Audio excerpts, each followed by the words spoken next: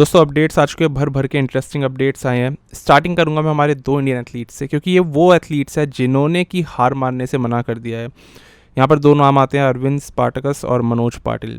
अरविंद का हमें मालूम था, उनको ये था कि भाई उनके साथ में इंजरी चल रही थी ट्राइसेप की, तो उनको तो रेस्ट लेना था और 5 महीने बाद उनका प्लान था दोबारा से कॉम्पिटिशन्स में उतरने का।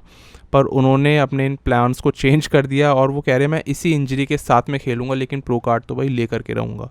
और वो कह रहे हैं मैं झेल सकता हूँ इस इंजरी को, तो मैं तो खेलूँगा। और अब बच्चों का गेम ख़त्म और बड़ों का गेम शुरू होगा। प्रॉब्लम यह है, अरविंद एक्चुअली में इतने बड़े हैं ना कि उनके आगे दूसरे एथलीट्स बहुत छोटे लगते हैं। और यही तो प्रॉब्लम है उनके साथ में कि वो बड़े लोगों का गेम सही में एमेच्योर एथलीट्स के बीच में खेल रहे हैं, एक तरह से बच्चों के बीच में खेल रहे हैं। तो यहाँ पर मैं किसी को डिस्क्रेडिट नहीं कर रहा हूँ, लेकिन एक कंपैरिजन ज़रूर है कि अरविंद स्पार्टकस इतने बड़े साइज़ में कि उनको ओवर साइज़ बोला जाता है मेंस फिजिक डिवीजन के हिसाब से। देखते हैं यार क्या होता है, क्योंकि मैंने जितना अभी तक देखा ना, जिस तरह मैं बताता हूँ कि मेंस फिजिक डिवीजन ग्रो करती जा रही है और वो थोड़ा और आगे चल रहे हैं अपने टाइम से अरविंद के साथ। बस दिक्कत यही है, वो थोड़ा फ्यूचर में है। और हाल ही में हमने देखा था किस तरीके से एम्पायर क्लासिक गया, उसके जो विनर बने थे अली बिलाल, कितना बड़ा उनमें साइज़ था। सारे एथलीट्स आपको अच्छे खासे दिखेंगे और अपने इंडियन एथलीट्स में आपको पता लगेगा कि हाँ और साइज़ की ज़रूरत है। वहीं अरविंद ऐसे एथलीट्स के बीच में आके खड़े हो जाए ना तो कुछ अजीब नहीं लगेगा। इनफैक्ट यहाँ पर वो एक डराने लग जाएंगे उन एथलीट्स को भी जो कि इस वक्त पे मेंस फिजिक में नंबर 1 पे चल रहे हैं, ब्रेंडन हेंड्रिक्सन, रेमंड एडमंड्स जैसे, क्योंकि वही साइज़ अरविंद भी कैरी करते हैं। तो ऐसे में आप अगर प्रो शोज़ में देखोगे ना तो अरविंद स्पार्टकस का साइज़ फिर ऐसा अजीब नहीं लगता है, लेकिन वहीं एमेच्योर्स के बीच में खड़े हुए वो बहुत बड़े लगते हैं। तो अभी देखना होगा वो किस जगह पे राइट शो पिक करते हैं जजेस, जहाँ पर कि उनकी फिजिक को एक्चुअली में क्रेडिट दे, ऐसे एकदम से साइड ना कर दें और उस चीज़ को समझे वो कि इतना बड़ा साइज़ है तो ये कोई मेंस फिजिक डिवीजन से अलग नहीं हो जाता। तो वो चीज़ थोड़ा देखना पड़ेगा, लाइनअप के ऊपर बहुत डिपेंड करता है। जजेस के डिसीजंस लाइनअप पे बहुत मैटर करते हैं। अगर सारे छोटे छोटे एथलीट्स के बीच में फिर वो जाके खड़े हो जाएंगे ना, डिसएडवांटेज मिलेगा उन्हें। देखना होगा वो क्या डिसाइड करते हैं, लेकिन इस वक्त तो उन्होंने हार मानने से मना कर दिया है और वो खेलने के लिए दोबारा ही उतरेंगे कोई ना कोई शो में। देखते हैं कौन सा वो शो रहेगा। इसके बाद अगर बात करता हूँ मनोज पाटिल की बात आती है, तो ऐसा लग रहा था कि वो भी शायद वापस आ जाएंगे अभी इंडिया में, और 2 शोज़ तो खेल ही चुके हैं। पर प्रॉब्लम ये थी कि लास्ट इन 2 शोज़ में उनकी कोई अच्छी फिजिक हमें देखने को नहीं मिली और वो प्रॉपरली पीक नहीं कर पाए थे। इस बार मनोज फिर से आ रहे हैं अब खेलने के लिए। बहुत ही फेमस एक शो है mister big man evolution Portugal pro, इसके अंदर ये खेलेंगे। 10 तारीख का शो है दोस्तों। इसके अंदर पता है प्रॉब्लम क्या है, फिर से अली बिलाल आ गए खेलने। मतलब वो 2 शोज़ ऑलरेडी जीत चुके हैं और इसमें भी वो आ चुके हैं, और जहाँ तक है फिर वो लीड बना लेंगे और फिर अपनी तीसरी विक्ट्री वो लेकर के जाएंगे। तो यहाँ पर वो लगता नहीं जीतने देंगे, लेकिन मनोज के लिए एक और चांस है कि वो खुद को प्रूव कर पाए। और आई थिंक यही होता है एक एथलीट का डेडिकेशन, लगे हुए हैं वो लगातार करने के लिए। और मैं उन्हीं को नहीं, मैं सारे एथलीट्स की बात करूँगा। सब एथलीट्स यार इसी तरीके से होते हैं। देखते हैं मनोज पाटिल इस बार खुद को प्रूव कर पाते हैं। नहीं कर पाएंगे तो अगली बार कर जाएंगे। यार देखो, गेम कोई ख़त्म तो होता नहीं है, एथलीट्स की कोई लाइफ रुकती तो है नहीं। एक शो अच्छा नहीं होता, एथलीट डीमोटिवेट हो जाता है थोड़ी देर के लिए, फिर उठ के खड़ा हो जाता है। यही तो जज्बा है। और इसके बाद अगर इसमें अच्छा नहीं पीक कर पाएंगे अगले में करेंगे, लेकिन उम्मीद करते हैं कि 2 शोज़ में जो उन्होंने मिस्टेक्स करी होगी उनको भी कुछ पता लगा ज़रूर होगा कि क्या प्रॉब्लम हो रही है। बॉडी वो हार्ड क्यों नहीं आ पा रही, बॉडी उतनी फुल क्यों नहीं आ पा रही, इतनी फ्लैट और सॉफ्ट बॉडी क्यों आ रही है बार बार। ये सीधी सी बात है, बॉडी हर बार अलग अलग तरीके से रिएक्ट करती है। जो प्रोटोकॉल्स पे वो 3 साल पहले काम करते होंगे वो अब उस तरीके से उनके फेवर में काम करते हुए नज़र नहीं आ रहे। तो ये चीज़ होती है, टाइम टू टाइम थोड़ा बहुत एडजस्टमेंट्स चेंज होती है हर एक एथलीट के लिए। बाकी एग्जैक्ट रीज़न कुछ भी हो सकता है इसके अलावा, कि उनको सही वो फूड नहीं मिल पा रहा जिससे उनकी बॉडी अच्छे से रिएक्ट करती हो, कार्ब लोड करती हो। तो आई थिंक उनको कुछ ना कुछ प्रॉब्लम समझ आई होगी और उम्मीद करते हैं इस बार अच्छे से पीक करें, पहले से बेहतर तो करें, और यही बहुत बड़ी बात होगी। बस यहाँ पर अगर बात करता हूँ मैं हमारे 2 एथलीट्स के लिए, मैं तो एक्साइटेड हूँ भाई। देखते हैं कब ये दोनों खेलने वाले हैं। मनोज का हमें पता है 3 दिन बाद उनके ऊपर जब जैसी शो होगा उस पर वीडियो बनाता हूँ। लेकिन अब इसके बाद आता है अगला अपडेट, जो कि फिर इसी पोर्चुगल प्रो से जुड़ा हुआ है। दोस्तों ये शो मेंस बॉडी बिल्डिंग के साथ में भी आता है, मतलब वो डिवीज़न भी होगी। और सही में इतना हल्का लाइनअप है ना यार, इसका बिल्कुल मज़ा नहीं आया, किरकिरा सा हो गया। सारे एथलीट्स ऐसे हैं, मैं आपको लाइनअप दिखा देता हूँ। सबसे हैवी एथलीट जिनका नाम सबसे ज़्यादा उछल रहा है वो आंड्रे प्रिस्ती है, वही इसमें खेलने वाले हैं। और मॉर्गन एस्ट खेलेंगे, बहुत लंबे टाइम बाद खेल रहे हैं। बहुत ही ड्राई हार्ड बॉडी बिल्डर हैं, लेकिन बहुत ही बेकार इनके प्रपोर्शन है। और कोई बड़ा नाम अगर दिख जाए तो आप मुझे खुद ही बता देना, बाकी मुझे नहीं लग रहा कि कोई भी ऐसा इनके अलावा नाम है। और ये भी कोई बड़े नाम नहीं है, सारे ये 16 17 ओलंपिया में बिल्कुल आखिरी प्लेसिंग लेकर आने वाले एथलीट्स रहेंगे ये। और अगर आंड्रिया मूजी है वैसे तो इसमें आंड्रिया प्लेसी, सभी बिल्कुल नए एथलीट्स हैं, तो इसलिए मैंने बोला एकदम हल्का लाइनअप इसको बोल सकते हो आप। और ये एथलीट्स इनमें से कोई भी अगर जीतेगा जो ओलंपिया में जाएगा लास्ट प्लेसिंग के आसपास ही रहेगा। तो ये शो इस मामले में तो बिल्कुल एक्साइट नहीं कर पाया, बस मेंस फिजिक में भी इसलिए कर रहा है बिकॉज हमारे एक एथलीट उसमें दिखने वाले हैं। फिलहाल मनोज पाटिल के साथ में एक और चीज़ हुई, मैं वापस घूम के आ रहा हूँ उसी चीज़ पे। उनका नाम आया ही नहीं लिस्ट के अंदर, हालांकि अभी ऑफिशियल लिस्ट में उनका नाम आ चुका है, लेकिन ऐसा उनके साथ अब दोबारा हो गया क्योंकि पिछली बार जब वो अपना प्रो डेब्यू कर रहे थे ना, तो वो लिस्ट के अंदर उनका नाम क्लासिक फिजिक के अंदर डाल दिया था, तब भी उनका मेंस फिजिक की लिस्ट में नाम नहीं आया। लेकिन खैर ये कोई इशू नहीं है, ये तो ऐसे सब होता रहता है, अब तो लिस्ट में नाम है और देखते हैं कैसा ये करेंगे अपना परफॉर्म। इसके बाद बात करते हैं हमारे सबसे फेवरेट एथलीट की, मतलब आंड्रे फर्जूसन ऐसे एथलीट है जो कि जेनेटिक ऐसे लेकर आते हैं कि सबके फेवरेट इस मामले में तो बन ही जाते हैं, नहीं तो लड़ाई करने के मामले में भी भाई का कोई जवाब नहीं है। लेकिन बहुत टाइम से हमने ऐसा कोई लड़ाई झगड़ा देखा नहीं, लगता है भाई सुधर गए अपने। खैर अच्छी बात है भाई, लड़ाई झगड़े से दूर रहना चाहिए, वैसे ही कम होते हैं क्या। पर भाई ये बढ़िया वीडियो थी, एक बार ना मैंने एडिट करके इंस्टाग्राम पे डाली थी, कभी टाइम मिले तो उसको चेक करना, सही थी ये। खैर इधर उधर निकल गया मैं, तो चलो वापस टॉपिक पे चलते हैं। इस वक्त आंड्रे अपनी ये वीडियो दिखाते हुए नजर आ रहे हैं जिसमें काफ़ी हार्ड फिजिक इनकी दिखाई दे रही है। यही इनका प्लस पॉइंट है, इनकी बॉडी की एकदम जो परफेक्ट जेनेटिक्स है ना, वो एब्स की शेप, वो चेस्ट कितनी परफेक्ट लगती है, आर्म्स के अंदर हार्डनेस आती है, नहीं तो बहुत सारे ऐसे मेंस फिजिक एथलीट्स हैं उनके आर्म्स ही सॉफ्ट लगते हैं।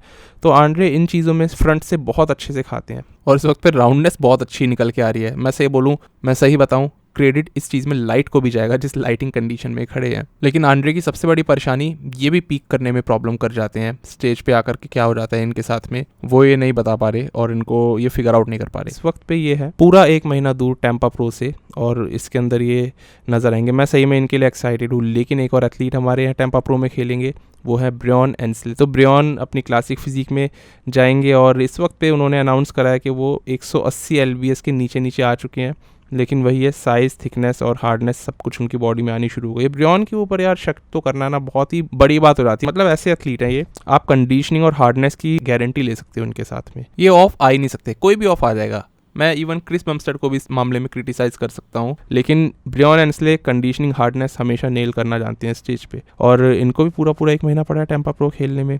अब इनका क्या रीज़न है एग्जैक्टली शो को खेलने का वो किसी को नहीं मालूम, क्योंकि ये तो ऑलरेडी ओलंपिया के लिए क्वालिफाइड हैं और डेफिनेटली 180 LBS के नीचे आ चुके हैं, इसका मतलब खेलेंगे क्लासिक में ही। और देखते हैं यार ब्रियॉन का इस बार क्या होता है, क्या ये कॉन्फिडेंस इनको ये इस शो से मिलेगा जीत करके। आई थिंक ये अपने सेल्फ कॉन्फिडेंस के लिए शायद खेल रहे होंगे, क्योंकि आप खुद सोच के देखो लास्ट शो ब्रियॉन एंसले ने कब जीता होगा, 2019 यामामोटो कप, उसके बाद कोई शो नहीं जीत पाए, और ओलंपिया जीते तो अरसा हो गया, 2018 की बातें थी वो। तो हो सकता है अपने सेल्फ कॉन्फिडेंस को बूस्ट करने के लिए उन्होंने इस शो को खेलने का डिसाइड किया हो। और यहीं ब्रियॉन इसी वेट रेंज में खेलते हैं, करीबन 177 178 पे, इसलिए अभी 180 के अंडर ये चल रहे हैं। लेकिन काफ़ी जल्दी, काफ़ी टाइम से पहले ये इस रेंज के आसपास बस आ ही गए हैं। तो देखते हैं क्या इनका प्लान होगा इस बार के इस वाले शो टेम्पा प्रो के लिए। इसके बाद दोस्तों अगला अपडेट अगर मैं देना चाहूँ ना, तो वो आता है बिग रैमी के ऊपर, क्योंकि बिग रैमी के लिए सब लोग अभी बोल रहे थे कि वो साइज़ में थोड़े छोटे हो गए हैं, और साल में एक बार वो टाइम आता ज़रूर है जब लोग बोलते हैं रैमी हो गए हैं छोटे। पर मैं बोलूँ यार ये चीज़ ना भ्रम है, क्योंकि इन्होंने हाल ही में एक लाइव स्ट्रीमिंग करी है डेनिस जेम्स के साथ में। मेरे को सबसे पहले तो ये अच्छा लगा, पैचअप हो गया, दोनों भाई जुड़ गए और अभी एकदम बढ़िया तरीके से चलो बातचीत हो रही है। फिलहाल बात ये आती है, बिग रैमी ने ये बात बताई इस लाइव स्ट्रीम के दौरान कि मेरा वेट है 152 kg, यानी 335 पाउंड्स के हैं वो। तो ये जो वहम है हमारे दिमाग में कि इनका साइज़ कम हो गया है, ये मैं बताऊँ किस वजह से, इसको निकाल तो बिल्कुल देना चाहिए। इस वजह से है क्योंकि रैमी के ना जो आर्म्स शोल्डर्स में एक राउंडनेस होनी चाहिए ना, जो बहुत बॉडी बिल्डर्स की होती है, वो नहीं है उस लेवल पे। रैमी का फ्रेम इतना वाइड है कि वो ना उस राउंडनेस के साथ में उसको सही से दिखा नहीं पाता। जिसका फ्रेम छोटा होता जाता है ना, उसमें राउंडनेस भरपूर दिखती है। शॉन क्लैरिडा, ठीक है, फिल हीथ, और इसी तरह से बिग रैमी वो इतने वाइड है, उनके आगे ना हर एक बॉडी बिल्डर छोटा ही लगेगा आपको,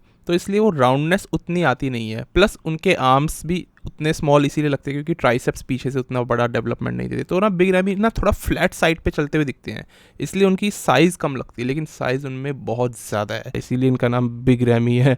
तो अभी अच्छे खासे वज़न पे है, 152 kg पे, इससे पहले और भी ज़्यादा वज़न पे थे। फिलहाल रैमी के क्या प्लान्स होंगे ओलंपिया के लिए वो देखने वाली बात है। और जहाँ तक है मुझे तो लगता है तीसरा टाइटल ये ले ही जाएंगे। और चैड निकोल्स ज़रूर इनके लिए कुछ नया प्लान तैयार करके रखेंगे ताकि थोड़ी फुलनेस और दिखाएं।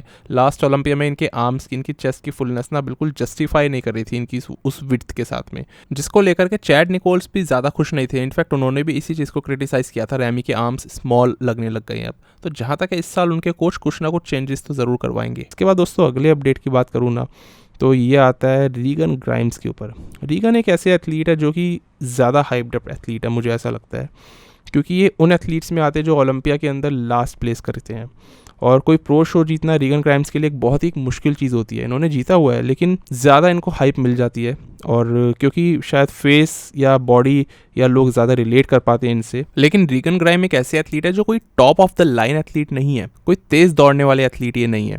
अभी इस वक्त पे 290 पाउंड्स पे आ चुके हैं और एक अच्छा साइज़ राउंडनेस कैरी कर रहे हैं। पर मैं आपको बता दूं ऐसा कोई पहली बार नहीं हो रहा है। इससे पहले रीगन 300 पाउंड्स पे भी जा चुके हैं और करीबन ये 2-3 साल पहले की बात होगी। 300-305 इन्होंने करा हुआ है। ये कोई नई बात नहीं है रीगन ग्राइम्स के लिए इस वेट पे आना। पर अगेन प्रॉब्लम देख रहे हो कहाँ आती है, वो साइज़ इनके अंदर तब भी नज़र नहीं आता। इतना बड़ा लगता नहीं कि एथलीट 290 पाउंड्स का होगा। बॉडी में एक सॉफ्टनेस ही रहती है और जैसे जैसे लीन डाउन करेंगे बॉडी फिर से फ्लैट और चेस्ट वापस से फ्लैट अंदर होनी शुरू रहेगी। यहाँ पर ये लग रहा है देख करके कि इन्होंने ये आफ्टर वर्कआउट ही डेफिनेटली फ़ोटो निकाली होगी। और जहाँ तक इन्होंने अपनी चेस्ट ट्रेन करी है या जो भी चीज़ करी है, बिकॉज इनकी चेस्ट इतनी राउंड है नहीं जितनी अपडेट के दौरान दिख रही है। सभी लोग ज़्यादातर ऐसा करते हैं, पंप करके ही अपनी फ़ोटोज़ लेते हैं बेस्ट फ़ोटोज़ के लिए। तो इस चीज़ से तो मैं कुछ भी यहाँ पर डिसाइड नहीं करूँगा, ना मैं कुछ ये बोलूँगा कि रीगन ने ये इंप्रूवमेंट कर लिया है, चेस्ट शोल्डर्स उनके कुछ बड़े हो गए हैं। मैं यहाँ पर कुछ नहीं कमेंट करूँगा बिकॉज हमें मालूम है, हमने कई बार देखा है जब ये लीन डाउन करते हैं ये वापस छोटे हो जाते हैं, बॉडी में वो 3Dनेस आ नहीं पाती है। और फ्रंट का हिस्सा इनका सही में बहुत वीक है, बिल्कुल अच्छे नहीं लगते। और बाइसेप्स, आर्म्स का साइज़, शोल्डर्स, चेस्ट का साइज़ इनका काफ़ी ज़्यादा इनको ना एक तरह से लेके चला जाता है। और सख्त ज़रूरत है रीगन को एक बॉडी बिल्डर टाइप हार्डनेस लाने की। वहाँ पे तो खूब बढ़िया तरीके से मात खाते हैं। हाँ, लोअर बॉडी इनकी सही है, बैक अच्छी है। फिलहाल रीगन क्वालिफाइड है तो हमें तो अब किसी प्रो शो में नहीं दिखने वाले, एकदम मस्त ये तैयारी अपनी करेंगे और बढ़िया तरीके से। हम तो उम्मीद करते हैं भाई आए, इंप्रूवमेंट करके आओ। सबसे बड़ी बात यह है क्योंकि रीगन ग्राइम्स में इंप्रूवमेंट हमने लंबे अरसे से नहीं देखते हैं। मिलोस सारसेव अब क्या इनके साथ करते हैं। इसके बाद में अगर बात करूं मैं तो अपडेट आता है नेक्स्ट कमाल एल्गार्नी का। कमाल का हमें मालूम है कि वो इस एज में 51 की एज में भी कम्पीट करते हैं, लेकिन उनकी कमाल की बात यह है कि उनकी बॉडी और भी अच्छी होती जा रही है। रिसेंटली उन्होंने अपडेट दिया है और ये इनका ऑफ सीज़न बॉडी है भाई। 51 साल का आदमी इतना अच्छा कैसे दिख सकता है। पता है प्रॉब्लम लेकिन कमाल के साथ कहाँ आएगी, इनके लेग्स में, क्योंकि इनके लेग्स में एक वो फुलनेस कभी भी नहीं आती। और एक एज के बाद ना हमेशा बॉडी बिल्डर्स के लेग्स सबसे पहले उनका साथ छोड़ना शुरू करते हैं। कमाल हालांकि पिछले साल 3rd आए थे ओलंपिया में, कोई प्रॉब्लम नहीं थी बॉडी में, हमेशा पीक करने में एकदम इन्होंने बिल्कुल मास्टरी हासिल की हुई है। लेकिन क्या करे भाई, दूसरे एथलीट्स इनसे भी और अच्छे आते जा रहे हैं। और उसके बावजूद एक 51 साल का आदमी, पिछले साल तक तो 50 के थे डेफिनेटली, तब भी 3rd आके दिखा दिया इन्होंने। और इस बार क्या करेंगे कुछ कह नहीं सकते। फिलहाल इन्होंने अपना एक बैक शॉट डाला और इनकी बैक जेनेटिकली अपना कमाल करती हुई नज़र आ रही है। बहुत ही अच्छी शेप है, फाइबर्स दिख जाएंगे ट्रैप्स के अंदर, एकदम लीन मसल मास मेंटेन करते हुए चल रहे हैं, कोई डर्टी बल्किंग ही नहीं करते। हालांकि कमाल जब आए नहीं थे ना IFBB में तो उससे पहले इनका काफ़ी ख़राब फेस गया था जिसमें साइज़ भी इन्होंने गंवाया था, डर्टी बल्किंग भी करी थी। लेकिन अब जब दोबारा से इन्होंने वो आर्नोल्ड क्लासिक जीता था कुछ साल पहले और जैसी चमकने शुरू हुए इस डिवीज़न में तो इन्होंने फिर से गेम को एकदम सीरियसली लेना शुरू कर दिया। देखते हैं क्रिस असीटो और कमाल एल्गार्नी इनकी जोड़ी क्या करती है इस बार के ओलंपिया में। अब कमाल इसमें अपना फ्रंट शॉट दिखाते हैं और आप देख सकते हैं उनकी वेस्ट जो है वो वाइड होने लग गई है। ये होगा एज के साथ साथ, लेकिन अच्छी बात यही है वैक्यूम पुल कर लेते हैं तो वेस्ट वापस से श्रिंक कर लेते हैं। तो भाई डेडिकेशन जितनी ज़्यादा है ना इस एथलीट की, सही में यार सैल्यूट है ऐसे एथलीट को। इतना लीन रहते हुए, क्लीन डाइट फॉलो करते हुए, मतलब अच्छे बॉडी बिल्डर्स नहीं रह पाते ये इस एज में इतनी अच्छी शेप लेकर के चल रहे हैं। इन्होंने मतलब डेक्स्टर जैक्सन को भी इस मामले में तो पीछे कर दिया। हालांकि डेक्स्टर एक और बड़े साइज़ के एथलीट थे पर अपने चिचा थोड़ी सी जल्दी रिटायर हो गए, इनसे 1 साल पहले हो गए, तो उस मामले में इन्होंने उनको भी बीट कर दिया एज फैक्टर में। पर दोनों ही बॉडी बिल्डर्स, भाई समझने वाला समझ जाएगा कि दोनों ही अपनी अपनी जगह पर एक ख़तरनाक काम करके चल रहे हैं। इस एज में इतनी अच्छी बॉडी दिखाना, चाहे डेक्स्टर थे अपने टाइम पे, चाहे कमाल है आज अपने टाइम पे, ख़तरनाक बात है। फिलहाल इनसे हम कोई इम्प्रूवमेंट की अब उम्मीद नहीं रख सकते कि लेग्स बड़े हो जाएंगे, इनके लैट्स बड़े हो जाएंगे या वेस्ट ये श्रिंक करेंगे, वो तो वैक्यूम से चलो हो पाएगी। लेकिन ज़्यादा ऐसे इंप्रूवमेंट कभी भी कमाल एल्गार्नी ने अपनी पूरी लाइफ में करे नहीं और 212 करने देगी भी नहीं, क्योंकि ये ना उसकी ऊपरी वेट लिमिट को बिल्कुल टच कर जाते हैं 212 के नंबर को, तो उससे ऊपर फिर जा कर के फ़ायदा नहीं है, वापस से मसल्स लॉस करके आना ही उसके अंदर पड़ेगा। तो जहाँ तक है ऐसी रहेंगे ये, और वही 3rd 4th प्लेसिंग एक्सपेक्ट हम कर सकते हैं इस बार भी इनसे। बाकी यही था दोस्तों सारा सब कुछ, और आप बताओ आपको वीडियो कैसी लगी, और कुछ शूट तो नहीं किया? छूट गया भाई, और अभी फिर वीडियो री अपलोडिंग पे लगानी पड़ती। तो दोस्तों अगला अपडेट आता है हमारे सबके चहीते कियोन पियर्सन की ओर से, और ये है 4.2 वीक्स आउट। इनकी बिल्कुल राइट हैंड साइड पे इन्होंने लेटेस्ट फोटो डाली हुई है, जिसमें कि ये और ज़्यादा बड़े और ज़्यादा हार्ड हो गए हैं। तो इस अपडेट के अंदर ये बता रहे हैं कि 6 LB ये अभी बड़े हो चुके हैं और पहले से ज़्यादा हार्ड। कियोन कह रहे हैं best version of prodigy is loading, prodigy इनका निकनेम। ये ना इस वक्त पे काम कर रहे हैं एक नए प्रेप कोच के साथ में, पैट्रिक टूर। तो मैंने नाम नहीं सुना, देखो हो सकता है आप लोगों में से काफ़ी लोग जानते होंगे, लेकिन ये 2.5 वीक्स हो गए इनको काम करते हुए, और बॉडी में चेंजेस वीक बाय वीक दिखाई दिए हैं।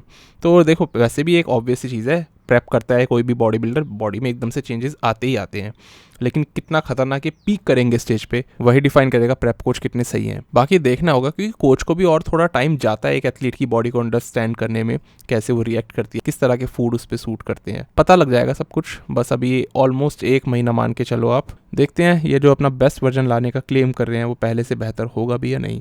बस दोस्तों अब तो आई थिंक वीडियो ख़त्म ही कर ही देनी चाहिए, बहुत लंबी हो गई है, अब तो कुछ नहीं छूटा होगा। चलो दोस्तों मिलते हैं अब एक नई वीडियो में एक नए टॉपिक के साथ में, और बस तब तक के लिए स्टे ट्यून, गुड बाय, शुक्रिया।